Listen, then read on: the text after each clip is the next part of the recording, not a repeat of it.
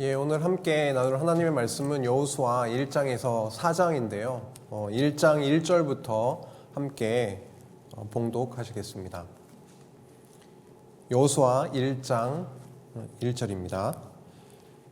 여호와의 종 모세가 죽은 후에 여호와께서 모세의 수종자 눈의 아들 여호수아에게 말씀하여 이르시되 내 종 모세가 죽었으니 이제 너는 이 모든 백성과 더불어 일어나 이 요단을 건너 내가 그들 곧 이스라엘 자손에게 주는 그 땅으로 가라.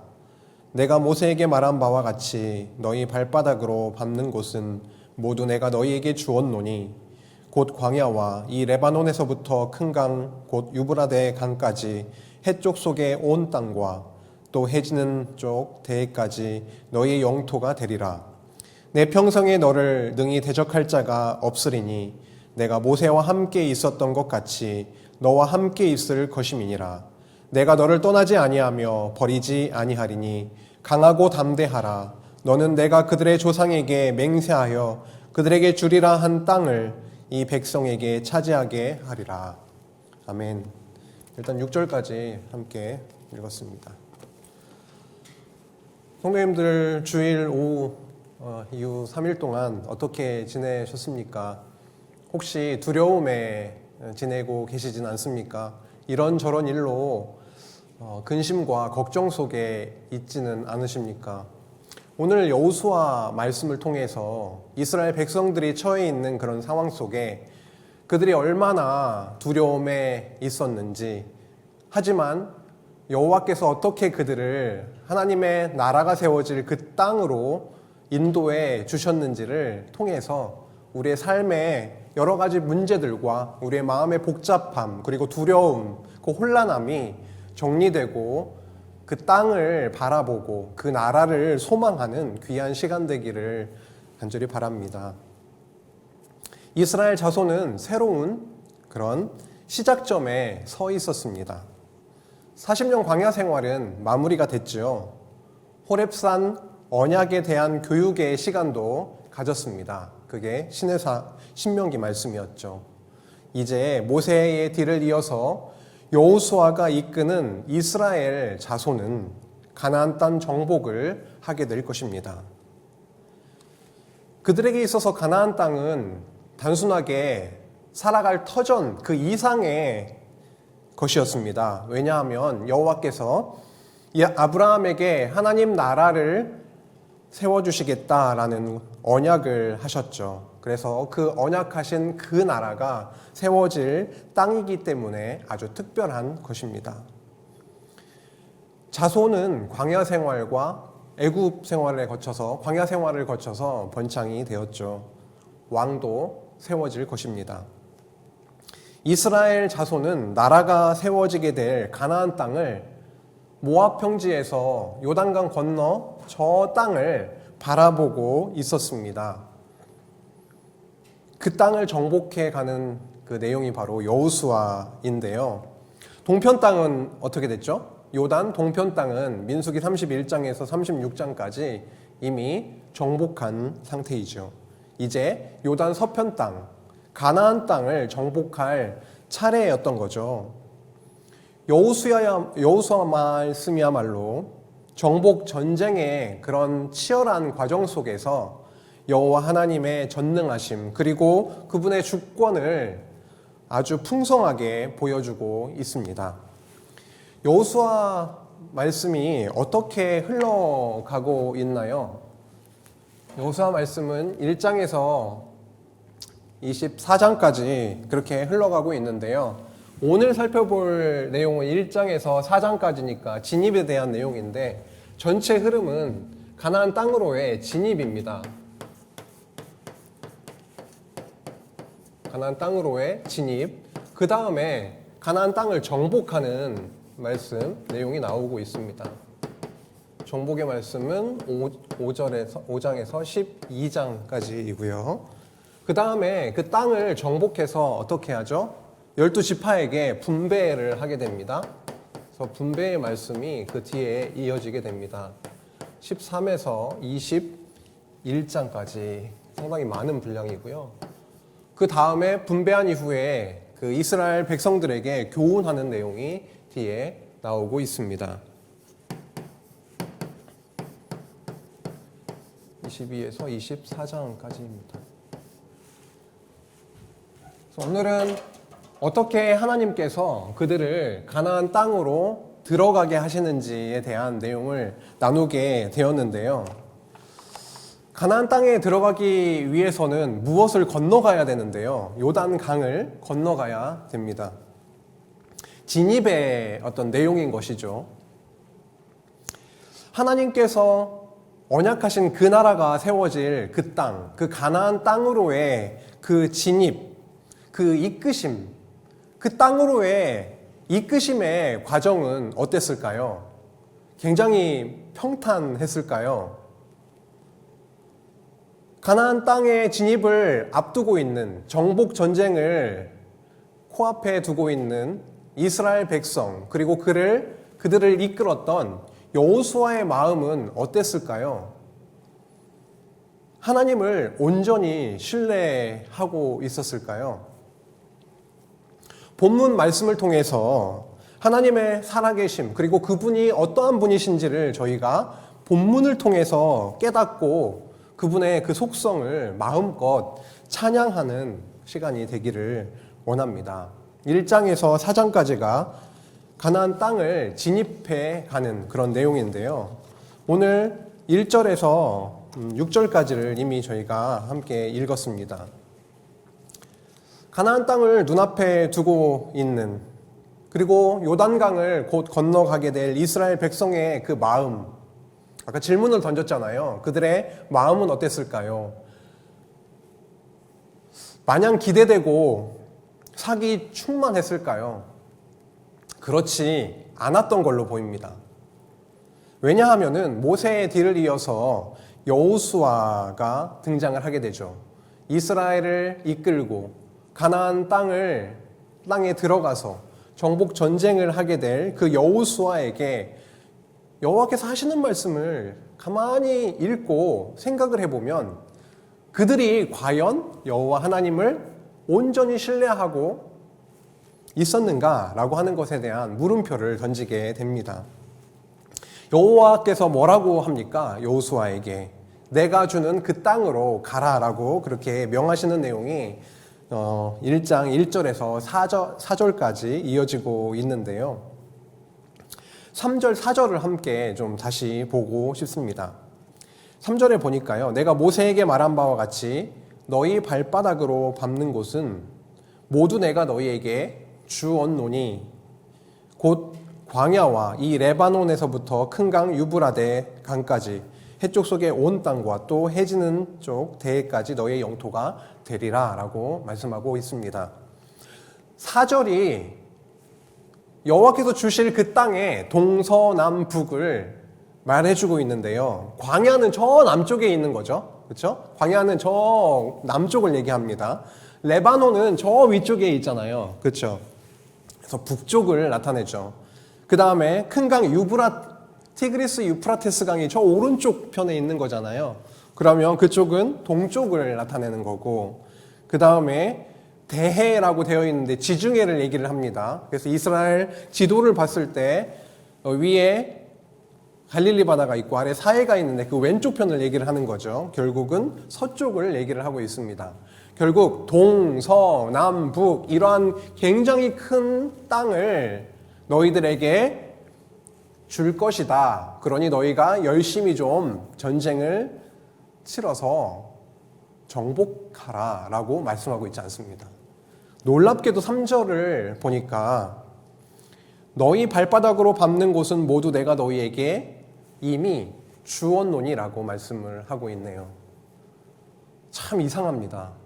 아직 들어가지도 않았고 전쟁을 치르지도 않았는데 그 땅을 이미 너희에게 주었다라고 말씀하고 있으니까요. 과거 완료로 그렇게 분명히 말씀에 적고 있습니다.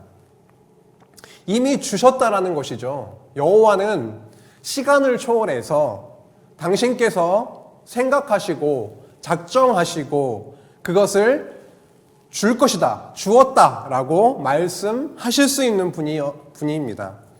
이스라엘 백성들 입장에서는 약간 이해가 안 됐을 수도 있었던 거죠. 그러나 주언론이라고 분명하게 말씀하고 있습니다. 여호수아의 마음이 어땠을까요? 두려움이 있었던 것 같아요. 여호와께서는 여호수아에게 내가 너와 함께 하겠다, 강하고 담대하라 라고 말씀하세요. 본문에 여호수아가 두려움에 떨고 있었다라고 하는 그 표현을 찾을 수가 있나요? 없습니다. 하지만 잘 생각해보면 두려워하지도 않고 굉장히 여호와 하나님만을 신뢰하고 믿고 그런 자에게 두려워하지 말라, 강하고 담대하라 라고 말할까요? 그는 두려움에 처해 있었습니다. 떨리는 마음으로 어떻게 앞으로의 전쟁을 이끌어 갈까라고 하는 고민 속에 있었는지도 모릅니다. 분명히 두려움에 떨고 힘들어하고 있는 그 여호수아와 이스라엘 백성에게 여호와 하나님께서는 무엇라 말씀하시냐면 이미 그 땅을 너희에게 주었다. 그러니 강하고 담대하라 이렇게 말씀하고 있습니다. 어떻게 그들이 강하고 담대할 수가 있을까요? 우격다짐으로 지금부터 시작! 이렇게 되는 것이 아닐 텐데요. 5절에 보니까 나오고 있습니다. 내 평생에 너를 능히 대적할 자가 없을 거다라고 합니다. 왜 그럴까요? 여기서 내가는 여호와죠. 내가 모세와 함께 있었던 것 같이 여호수아 너와 함께 있을 것입니다. 너 혼자인 것 같지만 눈에 보이지 않는 하나님이시지만 모세와도 함께 했었지. 그것을 계속해서 옆에서 봤던 여호수아. 이제는 여호와께서 여호수아에게 분명하게 말씀하고 계십니다. 너와 함께 하겠다. 내가 너를 떠나지 아니할 거고 버리지 아니할 것이다 라고 5절에 말씀하고 있네요. 그러시면서 6절에 강하고 담대하라. 너는 내가 그들에게 조상에게 맹세하여 그들에게 주리라 한 땅을 이 백성에게 차지하게 하리라. 너의 힘으로 차지하게 하는 것이 아니라 내가 너와 함께 함으로, 그리고 내가 이미 조상들에게 이 땅을 주겠다라고 한 그 약속, 맹세, 그 언약이 있기 때문에 그 땅을 분명하게 차지하게 할 것이다 라고 말씀하고 있습니다. 그러니까 7절에 이렇게 또 말씀하고 있는 거죠. 오직 강하고 극히 담대하여 나의 종 모세가 내게 명령한 그 율법을 다 지켜 행하고 우로나 좌로나 치우치지 말라. 그리하면 어디로 가든지 형통하리니 라고 합니다. 율법에 대한 내용이 나오고 있네요.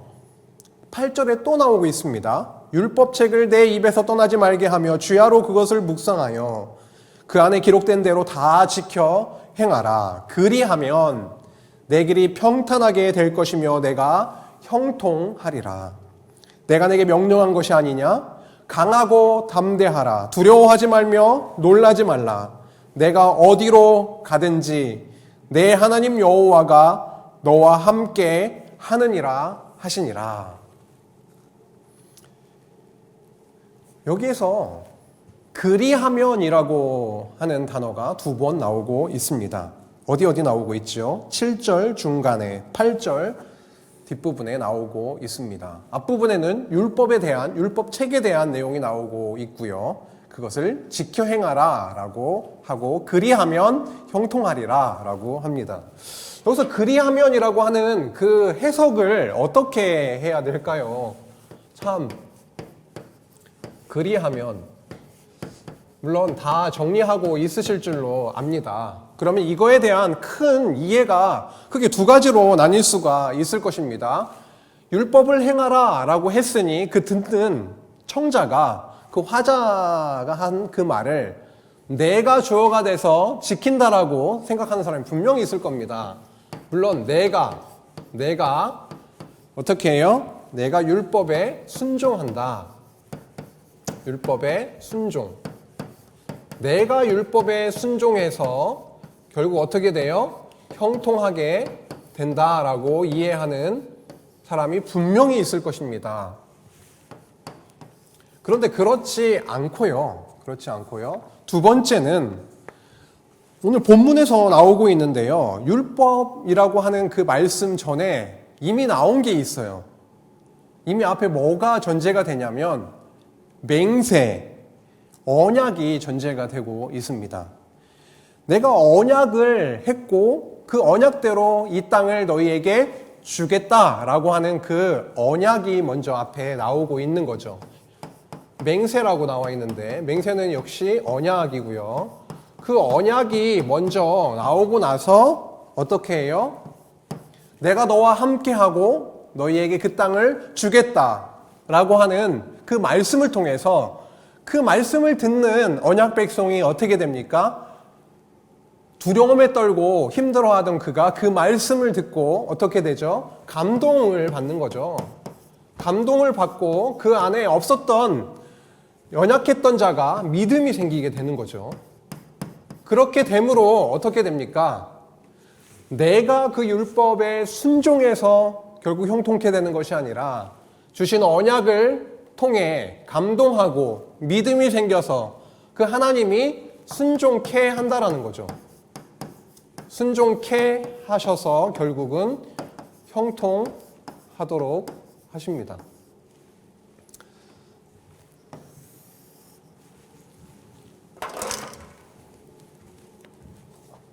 여호수아 초반절에 이렇게 초반에 분명히 너무 중요하죠.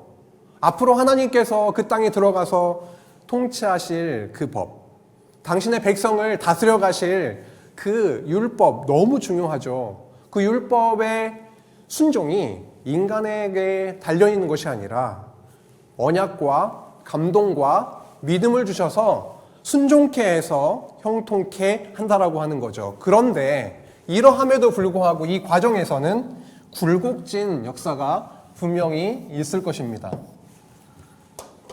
죄 가운데 완전히 풍덩 빠지는 그런 과정이 있을 거고요. 무능력함을 절감하는 그런 과정이 있을 거고요. 그래서 여호와 하나님만 바라보게 되는 그런 과정이 있을 겁니다. 그것이 율법의 어떤 과정 속에 있는 거죠. 율법 앞에 죄인임을 깨닫고 또 그분의 용서하심과 그분의 은혜, 그분의 능력 앞에 무릎 꿇는 그런 과정이 분명히 있고 그래서 그들로 하여금 복을 누리게 하시는 그 형통의 과정이 분명히 있을 것입니다. 형통이라고 하면은 그냥 일이 잘 되는 거, 아무 문제가 없는 거라고 생각하기가 쉽지만 하나님께서 인도하셨던 가나안 땅의 진입, 그 과정만 봐도 1장에서 4장만 봐도 순탄함, 아무 문제 없음 이런 게 아니라 어려움이 계속 있는 거예요. 두려움이 있는 겁니다. 형통이라고 하는 것은 일이 아무 문제 없이 술술 잘 풀리는 것이 아니라 그 환경이 중요한 게 아니라 여호와 하나님께서 함께 하심이 형통인 것이죠. 하나님께로 여호와께로 나아가게 됨이 그분과 함께 하심이 그게 함께 하셔서 인도하시는 것 그 자체가 형통의 길일 겁니다. 이렇게 여호수아는요, 권고의 말씀을 들었습니다. 그 땅으로 내가 너에게 준 그 땅으로 가라라고 하는 그 권고, 그리고 언약을 말씀하시면서 너희와 함께 하겠다라고 하는 그 위로의 말씀을 여호수아는 들었습니다. 그래서 백성들에게 야, 이제 우리가 곧 가나안 땅으로 진입해 들어갈 거니까 준비하라라고 하는 말씀이 10절에서 11절에 나오고요. 그 다음에 두 지파 반에게 모세의 말을 기억하라고 말씀하고 있습니다.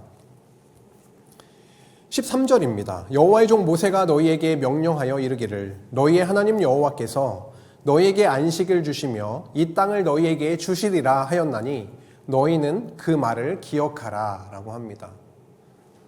루벤, 갓, 므낫세 반지파, 그 두 지파 반에게 말씀하신 겁니다. 이미 두 지파 반은 요단 동편 땅을 정복하고 분배를 받은 상태죠. 그래서 그들이 무장을 하고 이스라엘 백성들보다 더 앞에서 서서 전진에 들어가게 되는 겁니다. 그렇게 무장을 하고 앞서 나갈 그들에게 13절의 말씀을 전달을 하고 있는 것이죠. 꼭 기억해라 라고 하는 거예요. 어떤 말씀입니까? 너희의 하나님 여호와께서 너희에게 안식을 주시며 이 땅을 너희에게 주시리라. 전쟁에 나가는 군인이 이 사기가 떨어지면은 군대에 전쟁을 할 수가 없잖아요. 좀 물자가 좀 부족하고 창이 좀 부족해도 그 마음 가운데 여호와께서 나와 함께 하신다. 우리와 함께 하신다. 이 땅은 우리에게 이미 준 땅이다 라는 그런 확신과 그 믿음이 있으면은 그걸 이겨낼 수가 있게 될 텐데, 그런 말씀이죠. 분명히 너희에게 안식을 주실 것이다. 그리고 내가 너희와 함께함으로 그 땅을 너희에게 줄 것이다. 그것을 기억하라 라고 말씀을 하고 있습니다. 진짜 주셨나요? 이스라엘 백성에게 여호와께서 그 땅을 진짜로 주셨나요? 어디에 나와 있습니까? 여호수아에 그런 말씀이 나와 있나요? 여호수아 21장 43절에서 45절에 이런 말씀이 나오고 있습니다. 제가 읽겠습니다. 여호와께서 이스라엘의 조상들에게 맹세하사 주리라 하신 온 땅을 이와 같이 이스라엘에게 다 주셨으므로 그들이 그것을 차지하여 거기에 거주하였으니 여호와께서 그들의 주위에 안식을 주셨으되 그 조상들에게 맹세하신 대로 하셨으므로 그들의 모든 원수들 중에 그들과 맞선 자가 하나도 없었으니 이는 왜냐하면 여호와께서 그들의 모든 원수들을 그들의 손에 넘겨 주셨습니다. 여호와께서 이스라엘 족속에게 말씀하신 선한 말씀이 하나도 남음이 없이 다 응하였더라. 아멘. 여호수아 21장 43절에서 45절의 말씀에 이렇게 나와 있는 것입니다. 앞서 1장에서 너희와 함께하고 그 땅을 정복하게 해주실 것이다. 내가 안식을 줄 것이다. 라고 언약하신, 선포하신 여호와께서 실제로 그들의 역사 안에 모든 땅을 정복하게 하시고 안식을 주셨다라고 하는 것을 저희가 본문을 통해 확인할 수가 있습니다. 여호와께서 언약 백성과 함께 하실 때, 여호와께서 그들과 함께 친히 싸워주심으로 승리하게 하실 때 그 백성에게는 무엇이 있다라는 것입니까? 안식이 있게 된다라고 하는 것이죠. 마태복음 11장 28절에 이런 말씀이 있습니다. 수고하고 무거운 짐진 자들아 다 내게로 오라 내가 너희를 쉬게 하리라 라는 말씀입니다. 여호와께서 함께 하시고 그들을 보호해 주실 때에 그들에게는 안식이 있었습니다. 전쟁 없이 안식이 있었던 게 아니라 수많은 전쟁과 고난 가운데 주신 안식이었죠. 이 땅에 살아가고 있는 신약교회 성도들에게도 너무도 마찬가지입니다. 아무 문제 없이 술술 풀리는 삶, 동경하고 그렇게 되기를 바라기도 하죠. 그러나 그렇지 않습니다. 수고하고 무거운 짐을 지고 있는 그런 자들이 예수께로 가게 될 때, 왕이신 예수 그리스도께로 가게 될 때 편히 쉬는 그 안식이 있게 되는 것이죠. 저희도 그렇지 않습니까? 예수가 없다면, 예수 그리스도가 우리에게 없다면 우리 마음 가운데 안식은 찾아볼 수가 없을 겁니다. 이런저런 걱정거리들이 막 파고 들어오잖아요. 1만 가지 생각이 하루에도 들어왔다 나갔다 하면서 걱정하고 근심하게 하는데 그 안에는 안식이 없더라고요. 그런데 예수님이 우리의 왕이야, 나의 왕이야, 나와 함께하고 그 싸움에서 승리케 해서 그 땅을 주실 거야. 영원한 기업을 소망하게 하실 때 이 땅에 어떠한 그러한 어려움과 고달픈 상황이 있을지라도 안식이 찾아오는 그 놀라운 결과를 저희가 종종 경험합니다. 자주 했으면 좋겠는데요. 그렇죠? 종종. 더 자주, 항상 그렇게 되기를 간절히 바랄 뿐입니다. 그 백성들이요, 이제는 여호수아에게 순종하겠습니다 라고 하는 말을 합니다. 그리고 여호와께서 여호수아와 함께 하실 겁니다, 이런 말을 그에게 하면서 굉장히 격려하는 내용이 1장 끝에 나오고 있습니다. 잘 한번 생각해 보세요. 이따 끝 마무리에 1장, 2장, 3장, 4장의 키워드를, 중요한 개념을 하나씩 뽑아내려고 합니다. 지금 1장을 같이 보았잖아요. 1장에는 어떠한 내용이 가장 중요한 것일까? 한번 생각을 한번 해보시죠. 2장으로 넘어갑니다. 2장에는 가나안 땅을 정탐하는 내용이 나오고 있습니다. 앞서 1장에서는요, 여호와께서 언약하신 대로 가나안 땅을 주었다라고 말씀하시고 함께 하시겠다라고 하는 그 위로를 누가 들었나요? 여호수아가 듣게 되었는데요. 권고와 위로를 받은 여호수아는 2장에서 어떠한 일을 하게 됩니까? 그가 한 일은 무엇이죠? 정탐꾼을 보내는 겁니다. 신실하시고 한번 언약하시면 반드시 이루시는 그 신실하신 여호와, 전능하신 그 여호와와 함께 하시는데, 그 여호와가 함께 하시겠다라고 하는데 정탐꾼을 보낼 필요가 있을까요? 그냥 밀고 들어가면 되는 거 아닌가요? 그분이 함께 하신다라고 하는데 정탐꾼을 보내게 됩니다. 이러한 부분들이 하나님을 온전히 신뢰하지 못하는 불신앙의 그런 모습일 겁니다. 그런데 이러한 과정까지도요, 여호와께서는 깊으신 그 뜻을 가지시고 무언가를 이루어 가시더라고요.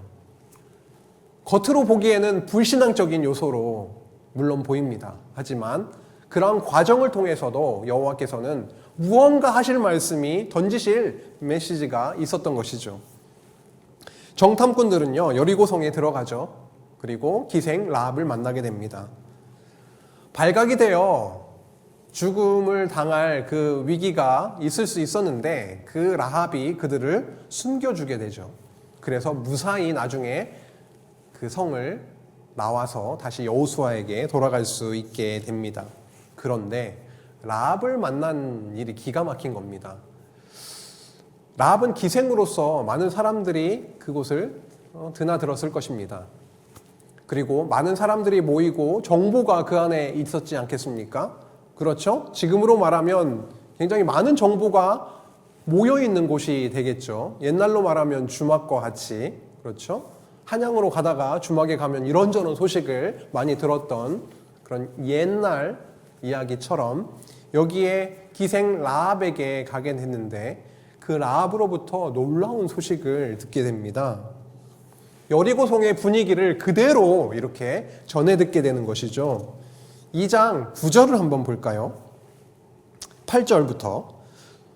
이제 그들이 저녁에 되니까 눕고 쉬게 될 텐데요. 그 눕기 전에 그 지붕에, 숨겨둔 그 지붕에 올라가서 라합이 그들에게 무언가를 이야기를 하는 내용이죠. 또 그들이 눕기 전에 라합이 지붕에 올라가서 그들에게 이르러 말하되 여호와께서 이 땅을 너희에게 주신 줄을 내가 아노라. 아니, 라합이 하는 얘기를 들어보십시오. 라합이 이미 이 땅을 너희들에게 주신 줄을 내가 알고 있다라고 라합이 얘기를 하고 있습니다. 우리가 너희를 심히 두려워하고 이 땅 주민들이 다 너희 앞에서 간담이 녹나니라고 하네요. 간담이 녹다. 어떤 느낌인지 아시겠죠?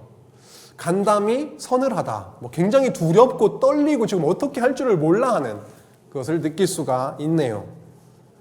10절. 왜 그러냐면요. 왜 그들이 간담이 녹아내리는, 그렇게 두려움에 떨고 있는지를 알 수가 있는데요. 10절에 보니까 이는 너희가 애굽에서 나올 때에 여호와께서 너희 앞에서 홍해물을 마르게 하신 일을, 홍해를 갈라서 너희들이 건너게 됐고, 그때 애국 군대가 완전히 강력한 애국 군대가 수장되는 그 여호와 하나님의 그 일, 그 능력의 그 일을 이들이 이미 들었던 겁니다. 너희가 요단 저쪽에 있는 아모리 사람의 두 왕, 누구입니까? 시혼과, 그렇죠?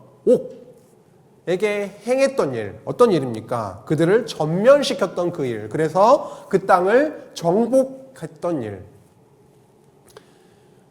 여호와께서 이끄시는 그 군대, 처음에는 오합지졸이었지만 그들만 놓고 보면은 아주 잘 숙련된 그런 군대는 아니지만 여호와께서 군대 장관 되셔서 그들을 내 군대로 삼았을 때는 무시무시한 군대가 되는 겁니다. 밀고 들어가면, 전쟁하면 승승장구하게 되는 거죠. 전멸시켜버립니다. 진멸시켜버리는 것이죠. 얼마나 두려웠을까요? 바다를 가르고 그들과 전쟁만 하면 다 진멸되더라. 다 죽임을 당하더라. 이제 곧 우리 성에도 들어올 모양인데, 그렇게 되면 어떻게 되는 겁니까? 여리고에 있는 모든 군인들과 가축들과 모든 생명이 있는 것들이 다 진멸될 것이다 라고 하는 것을 그들이 알고 있었다라고 하는 거죠. 그러니 간담이 녹아내린다라고 하는 겁니다. 11절, 우리가 듣자 곧 마음이 녹았다라고 하죠. 너희로 말미암아 사람이 정신을 잃었나니 너희의 하나님 여호와는 위로는 하늘에서도 아래로는 땅에서도 하나님이시니라 라고 말씀하고 있습니다. 누구의 입을 통해서요? 기생 라합을 통해서, 이방 여인 기생 라합을 통해서 이 놀라운 소식을 듣게 됩니다. 너희의 하나님 여호와는 하나님이시다. 의미 없이 하나님이시다 이렇게 하진 않았겠죠. 능력의 주, 전능하신 분이시다 이렇게 강조하고 있습니다. 언약대로 이루시는 너희의 하나님 그 여호와, 그분은 정말 전능하신 분이시다라고 하는 것을 라합의 입을 통해서 듣게 된 것이죠. 두려움에 사로잡혀 있던 여호수아 그리고 이스라엘 백성에게 이 소식이 전달됐을 때 마음이 어땠을까요? 여호와께서 우리에게 그 땅을 주었노니라고 하신 그 말씀이 진짜 이루어지겠는데? 라고 하는 그런 소망과 용기를 가지게 되었을 것입니다. 이 기생 라합은 나중에 어떻게 되는지 아세요? 살몬이랑 결혼을 하게 되거든요. 살몬과 결혼해서 누구를 낳게 되냐면 보아스를 낳게 됩니다. 그리고 나서 다윗의 왕의 고조모가 되는 거죠. 고조 할머니가 되는 겁니다. 마태복음 1장에 보면 예수님의 족보가 나오고 있는데 5절에 이렇게 되어 있죠. 살몬은 라합에게서 보아스를 낳고 보아스는 룻에게서 오벳을 낳고 오벳은 이새를 낳고 이새는 다윗 왕을 낳으니라. 더 진행되어 나가면 예수 그리스도께서 나시니라. 이렇게 끝나고 있는 거 아니겠습니까? 이렇게 이방 여인 기생 라합은 예수 그리스도의 계보에 목명되는 정말 영광을 또 누리게 되었습니다. 라합은 정탐꾼들에게 여리고와의 전쟁에서 구원해 줄 것을 어떻게 해요? 요청했죠. 정탐꾼에게 구원을 요청했고 맹세를 받았습니다. 그런데 정탐꾼들이 요청을 한 게 있죠. 어떻게 하라겠습니까? 뭘 매달으라고 그랬죠. 창문에 붉은 줄, 그 붉은 줄을 메고 전쟁이 일어나게 되면, 우리가 쳐들어오게 되면 어떻게 하라고요? 너희 집에 너희의 가족들이 안에 모여 있으라라고 하는 것입니다. 거기에서 이탈하면 죽임을 당하게 될 것이지만 라합 너희의 집 안에 다 모여 있으면은 살게 될 것이다 라고 그렇게 얘기합니다. 그런데 하필이면 왜 붉은 줄일까요? 붉은 줄, 뭔가 연상되시지 않습니까? 붉은 줄은요, 그 출애굽 전에 마지막 재앙, 그 장자의 그 죽음 재앙 때 문설주에 어린 양의 피를 이렇게 발랐습니다. 임방과 설주에. 그렇게 됐을 때에 이스라엘 백성들은 살게 됐잖아요. 죽음에서, 진멸당함에서 구원을 받게 됐던 사건이 있었습니다. 붉은 줄, 그리고 라합의 붉은 줄이 달린 그 장소에 모여있는 자들에게는 진멸해서 어떻게 해요? 구원을 받게 되는 일이 있을 것이다라고 하는 거죠. 그러면 붉은 줄은 무엇입니까? 무엇을 내다보게 합니까? 당연히 예수 그리스도께서 오셔서 택한 백성들을 대신해서 십자가에 달려 흘리실 그 붉은 보혈의 피, 그 구속으로 구원해 주실 것을 말씀하고 있는 것이죠. 진멸당함에서 구원받을 수 있는 방법은 없습니다. 그 붉은 줄이 매어 있는 라합의 집에 있을 때 구원이 있는 거죠. 정탐꾼들은 여리고성 정탐을 마치고요. 이제 여호수아에게 달려갑니다. 그리고 보고를 하게 되죠. 2장 24절입니다. 또 여호수아에게 이르되, 두 정탐꾼이 이르는 거죠. 진실로 여호와께서 그 온 땅을 우리 손에 주셨으므로 그 땅의 모든 주민이 우리 앞에서 간담이 녹더이다 하더라. 2장을 저희가 살펴봤습니다. 2장. 어떤 게 핵심일지 한번 더 생각을 한번 해보시고 이따 나누시죠. 3장으로 넘어갑니다. 이때 어떻게 될까요? 요단강을 건너가게 되는, 진짜 진입하게 되는 내용이 3장에 이어지고 있습니다. 정탐에 이어서 이스라엘 백성이 요단강을 건너 가나안 땅으로 들어가는 이야기가 이어지죠. 3장에 펼쳐지는 요단강 도하 사건이야말로 여호와 하나님의 능력과 주권을 드라마틱하게 풍성하게 보여주고 있는데요. 여호수아가 일찍 일어나서 그의 모든 이스라엘 자손과 함께 시딤에서 떠납니다.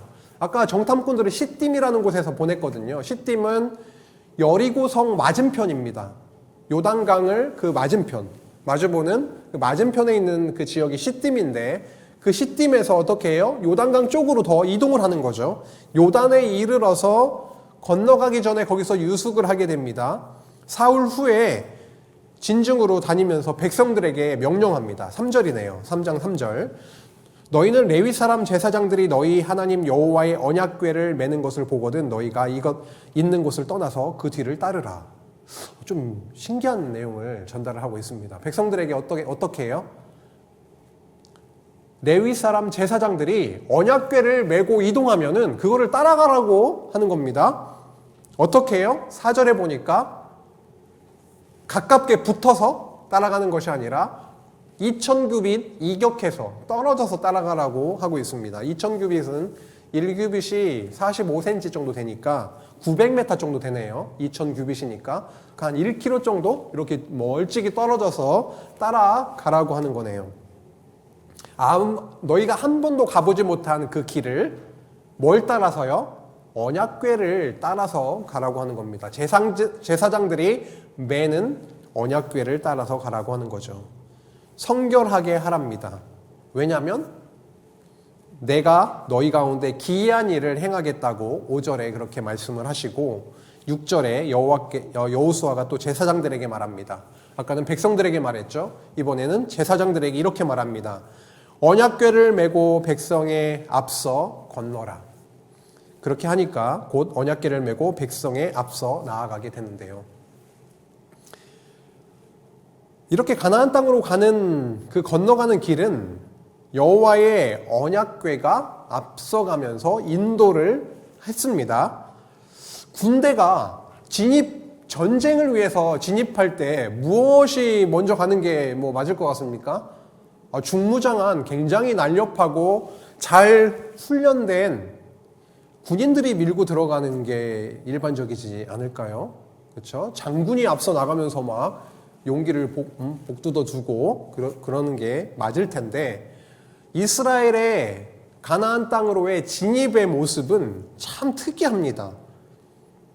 여호와의 언약궤를 뒤따라가라고 하라는 거죠.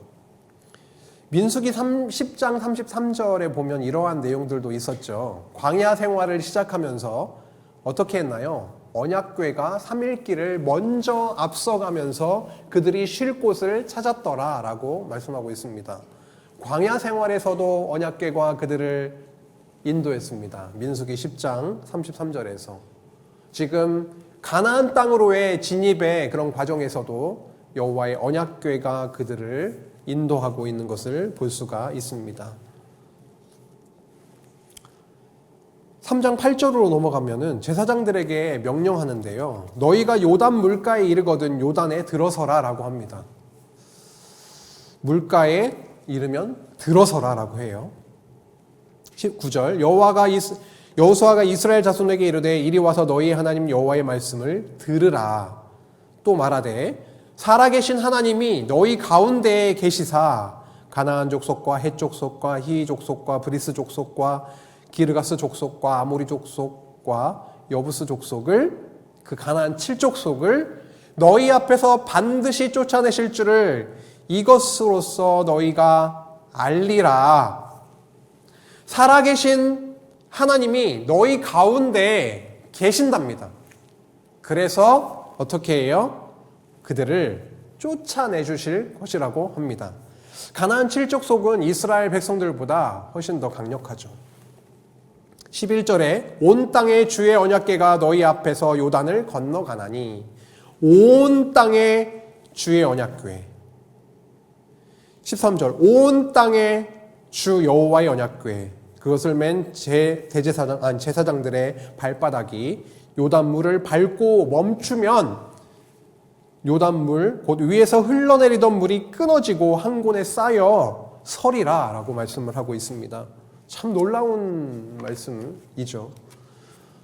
넘실넘실대는 요단강에 발을 들여놓으라 라고 하는 하나님의 명령은 상식적으로 전혀 이해가 되지 않습니다. 그런 명령이에요. 한번 생각해 보세요.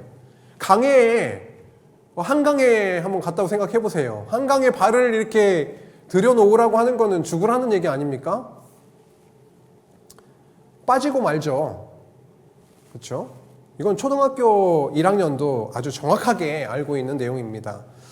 여호와는 제사장들에게 언약궤를 메고 죽음의 길로 가라라고 하는 그런 말과도 같은 그런 명령인 거죠. 하나님은 왜 이러한 명령을 하실까요? 누가 생각해도 안 되는, 불가능한, 하기 싫은, 죽겠는데? 그렇게 하다가 라고 하는 그런 반응이 나올 수밖에 없는 그런 명령을 왜 하실까요? 누가 들어도 말도 안 되는 그런 명령처럼 들리는데요. 이 명령은요, 인간으로서는 어떨까요? 불가능하다고 말할 수밖에 없는 그런 명령이죠. 근데 바로 이게 굉장히 중요한 거죠. 인간의 우리 성도의 입장에서 봤을 때 불가능한 일처럼 보이는 거. 여호와께서 말씀하신 그것이 제시하신 그 언약이 그 말씀이 불가능해 보이는 거. 내 이웃을 내 몸과 같이 사랑하라? 어떻게 가능합니까? 나 사랑하기도 바쁜데 이웃을 내 몸과 같이 사랑하라고요? 불가능해 보이죠. 불가능해 보입니다. 바로 이 점이 굉장히 중요한 포인트인데요. 인간에게는 불가능한데 누구에게는 가능하냐면 하나님에게는 인간이 할 수 없는 그것일지라도 하나님에게는 가능하죠. 그래서 그러한 일을 통해서 인간으로서는 불가능한 그 일을 통해서 여호와 하나님의 전능하심, 그분의 살아계심을 보여주시는 것이죠. 가나안 7족속도 마찬가지입니다. 3장 10절에 계속 나오고 있잖아요. 그들은 매우 강성했기 때문에 이스라엘 백성들의 힘으로는 그들과 싸울 수가 없는 거죠. 그들과 싸우면 패하게 될 테니까요. 그런데 여호와는 뭐라고 하십니까? 내가 너희 가운데 함께 있다. 너희 가운데 있다. 그래서 그들을 쫓아낼 거다 라고 말씀을 하는 거죠. 이스라엘 백성들의 힘으로는 불가능한 그 일이 여호와 하나님의 능력이 그들과 함께하면 가능한 일로 되는 거죠. 전능하심과 무능함의 그 간격이 너무 큰데 하나님은 그 간격을 메워버리십니다. 이렇게 여호와께서 아브라함에게 언약하신 나라를 세워주실 그 땅으로의 진입 과정, 시작부터 만만치가 않아 보입니다. 언약이 성취되는 길인데 뭘 이렇게 좀 힘드나? 두려움과 그 어려움이 왜 동반되지? 순탄하면 좋겠는데 라고 하는 그런 생각을 하게 됩니다. 왜 그럴까요? 그런데 저만 돌아봐도 답이 쉽게 나오더라고요. 좀 빡센 상황에, 어려운 상황에 처해야, 고달파야, 그리고 나의 힘으로는 도저히 감당할 수 없겠다라고 하는 그런 상황이 나에게 올 때, 그때 하나님을 이렇게 쳐다보게 되더라고요. 평소에 나 잘난 맛에 내가 이렇게 핸들링하고 할 수 있는 그런 일들을 할 때에는 하나님께 기도하지 않게 되는데, 내가 도저히 감당할 수 없는 그런 상황이 나에게 왔을 때는 하나님을 바라보고 기도하게 되더라고요. 이스라엘 백성들이 그들의 힘으로 넉넉하게 쳐 부술 수 있는 가나안 7족속이었으면, 그리고 요단강을 갈라주지 않아도 그들의 힘으로 철벅철벅 건너갈 수 있었으면 여호와 하나님을 찬양할 수 있었을까요? 여호와의 능력으로, 우리와 함께 하시는 여호와의 능력으로 우리가 승리했다라고 할 수가 있을까요? 넘실대는 요단강이 가로막고 있습니다. 그 땅에는 강력한 족속들이 차지하고 있고 기다리고 있습니다. 가나안 땅으로의 진입 과정, 누가 봐도 암담했습니다. 그러나 온 땅의 주의 언약궤가 앞장서서 인도하는 그 길에는요, 놀라운 하나님의 능력의 역사가 나타날 것이다라고 하는 거죠. 어떤 역사요? 위에서부터 흘러내려오던 그 요단 강물이 끊어지고 한 곳에 쌓이리라, 이렇게 말씀하고 있습니다. 이제 제사장들이 언약궤를 메고 나아가기 시작합니다. 곡식을 거두는 그 시기에는 요단강이 어땠다고요? 요단강이 항상 사시사철 철철철철 넘치는 게 아니거든요. 봄철, 겨울 저 헬몬산 저 북쪽에 쌓였던 그 눈들이 봄이 되면은 녹아내리고, 그때 봄에 요단강물이 많이 불어나게 되는데, 이때 어떻게 됐다고 합니까? 굉장히 철철 넘치는 그런 시기였다라고 하는 거죠.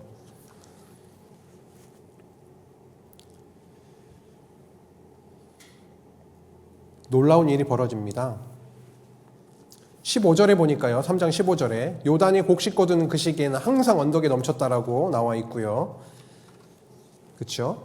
그리고 제사장들이 앞서서 이제 나아가기 시작을 했는데, 15절에 보니까 궤를 맨 자들이, 그 제사장들이 요단에 이르며 궤를 맨 제사장들의 발이 물에 잠기자 어떻게 됐습니까? 곧 위에서부터 흘러내리던 물이 그쳤다라고 합니다. 사르단이라고 하는 그 곳이 있는데, 저 북쪽에 사르단 가까운 그 아담 성읍 그 근처에서부터 물이 멈추어 서서 쌓이는 겁니다. 그럼 뒤로는, 그 이후로는 흘러나가지가 않겠죠. 그래서 마른 땅이 되고 이스라엘 백성들이 건너가게 되는 것이죠. 그래서 17절에 요단 가운데 마른 땅에 굳게 섰고, 제사장들이요, 그리고 이스라엘 백성들도 마른 땅으로 건너갔다라고 증언하고 있습니다. 여호와 하나님의 놀라우신 그 능력을 본문을 통해서 확인할 수가 있는 거죠. 이스라엘 백성들이 가나안 땅으로 들어가는 데 있어서 한 일이 무엇입니까? 뭐 특별한 일을 했나요? 이스라엘 백성들이? 특별한 일이, 어떤 일을 했나요? 특별한 일을 한 게 없네요. 그들이 했던 일은 무엇입니까? 언약궤가 가는 거 졸졸졸졸 뒤따라갔을 뿐입니다. 그런데 요단 강이 멈추어 서서 마른 땅을 통과해서 가나안 땅으로 들어가게 된 거죠. 사장은요, 그 요단 강에 있었던 그 12지파에 한 명씩 뽑아서 돌들을 갖다가 그들의 유숙하는 곳에 갖다 놓게 하고, 뭐 가나안 그 요단 강 안에도 제사장이 섰던 그곳에도 12개의 돌을 놓게 하는데요. 그것을 표징으로 삼아 이스라엘 백성들의 후대 자손들의 교육의 자료로 삼게 되는 것을 볼 수가 있습니다. 시청각 교재, 시각화된 그 교재를 만드는 거죠. 저게 뭐예요, 아버지? 할아버지, 저게 뭐예요? 라고 물어봤을 때 저것 말이란다. 과거에 우리가 가나안 땅으로 진입할 때 여호와께서 과거에 홍해를 갈라서 마른 땅으로 걷게 했던 것처럼 우리로 하여금 가나안 땅을 요단강을 멈추어 세워서 마른 땅으로 걷게 했을 때 거기에서 우리가 주워다가 세워놓은 돌이란다.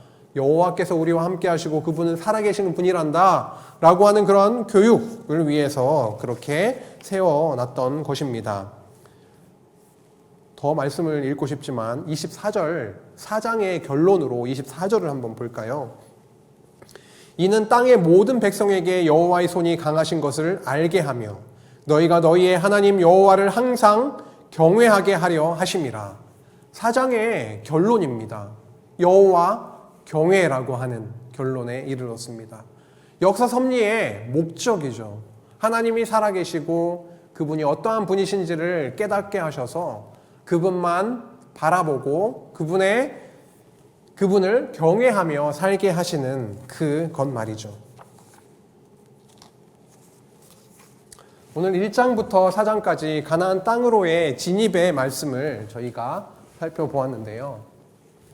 아까 약속드린 거 있죠. 1장, 2장, 3장, 4장을 저희가 살펴봤는데 하나씩 정도 한번 뽑아볼까요? 어떠한 내용이 가장 핵심적으로 나오고 있는지. 진입할 때 여기 나와 있죠. 진입은 1장에 4장인데 권고와 위로 부분에서 어떠한 내용이 굉장히 단어가 중요하게 다가오셨어요? 무엇으로 그들에게 참 위로가 됐던가요? 형통이라고 하는 그것을 율법을 얘기하면서 형통까지도 얘기했지만 뭐가 앞에 딱 나오던가요? 여호수아의 시작이 맹세로 시작을 하고 있다라고 하는 거죠. 언약으로 시작을 하고 있다라는 겁니다.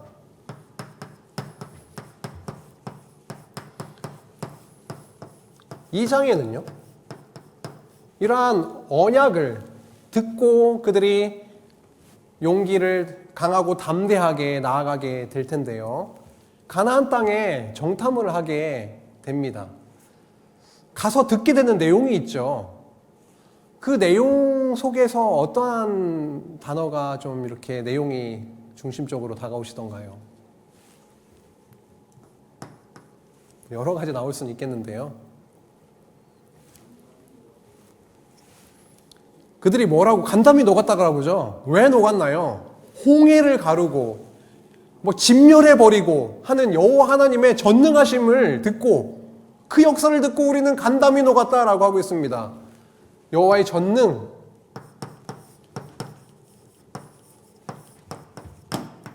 전능하심의 부분이 나오고 있죠. 전능이라고 하죠. 전능하심. 3장에서는요. 요단강을 건너는데 무엇을 따라 건넜습니까?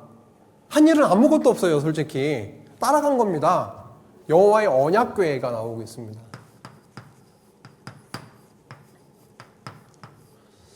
4장에서는요 12돌을 막 이렇게 세우잖아요. 왜 그렇습니까? 결론과도 나왔죠. 아까 24절인가요? 끝에 여호와 경외로 끝나고가 있습니다. 여호와 경외.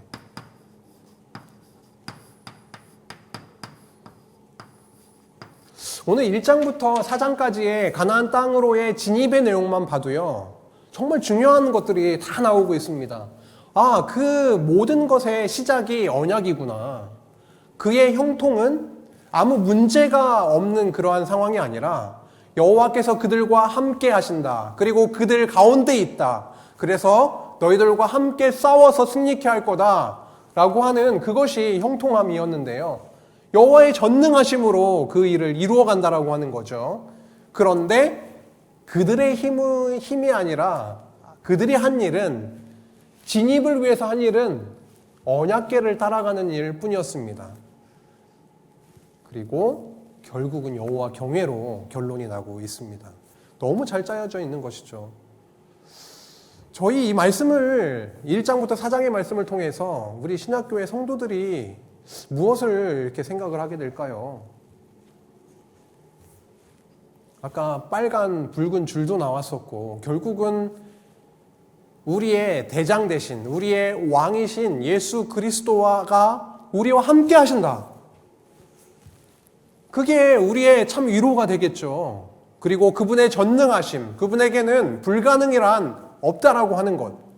그리고 그 언약궤가 앞서 인도하신 것처럼 우리와 함께 하시는 그 우리 주 그리스도, 우리 예수 그리스도께서 앞서 우리와 분명히 함께 하시며 우리를 인도해 주고 계시다라고 하는 것을 또 알게 됩니다.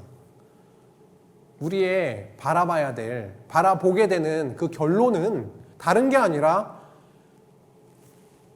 요단강에 막혀 있고 칠족속들이 꽉 차 있을지라도 여호와께서 인도하시면 언약궤가 언약궤를 따라가면 그 길로 가게 되는 거죠. 예수 그리스도를 통해서만 정말 하나님의 나라로 우리가 가게 된다라는 것을 알 수가 있습니다. 요한복음 14장 6절 말씀 한 절 함께 읽고 오늘 말씀을 마치려 합니다. 요한복음 14장 6절인데요. 예수께서 이르시되 내가 곧 길이요 진리요 생명이니 나로 말미암지 않고는 아버지께로 올 자가 없느니라. 진입이요? 언약궤에 따라갈 수밖에 없었습니다.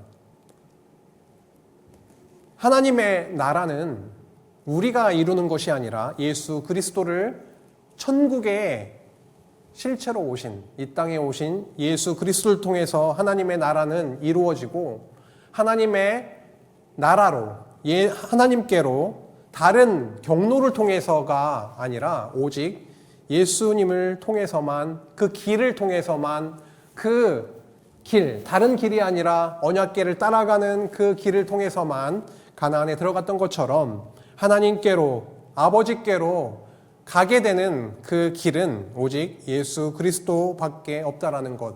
그리고 그분 안에서만 생명, 진멸이 아니라 그 붉은 줄이 쳐져 있는 그 집에 모여 있는 자들이 구원을 받게 될 텐데, 예수 그리스도 그 십자가의 구속을 통해서 분명히 하나님의 나라의 백성을 구원하시고 생명을 주신다라고 하시는 그 말씀을 오늘 여호수아 1장에서 4장까지 확인할 수가 있었습니다.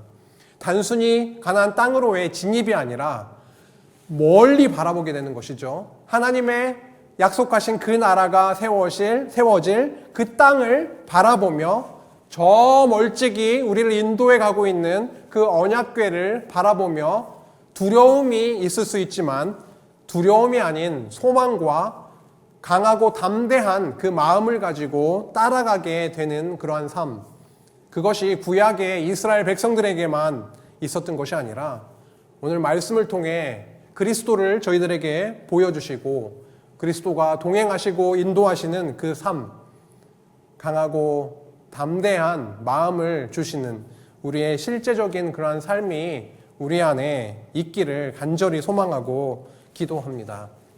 다 같이 기도하시겠습니다. 하나님 감사합니다. 오늘 여호수아 1장에서 4장 말씀을 통해서 우리를 인도하시는 법궤 되신 예수 그리스도, 우리의 구원이신 예수 그리스도, 우리는 아무것도 한 일이 없지만 하나님께로 그의 나라로 인도하시는 오직 유일한 길 되신 예수 그리스도를 저희들이 바라보게 되었습니다. 여러 가지로 혼란하고 고난 가운데 있는 우리 지체들이 많이 있습니다. 하나님 그들의 마음을 찾아가 주시고 내가 너와 함께하고 내가 너를 이끌어주고 승리케 하시겠다라고 하는 그 말씀을 부여잡고 하나님 간절히 기도하고 하나님만 소망하며 하루하루 잘 견디고 살아갈 수 있도록 주님 인도하여 주시옵소서.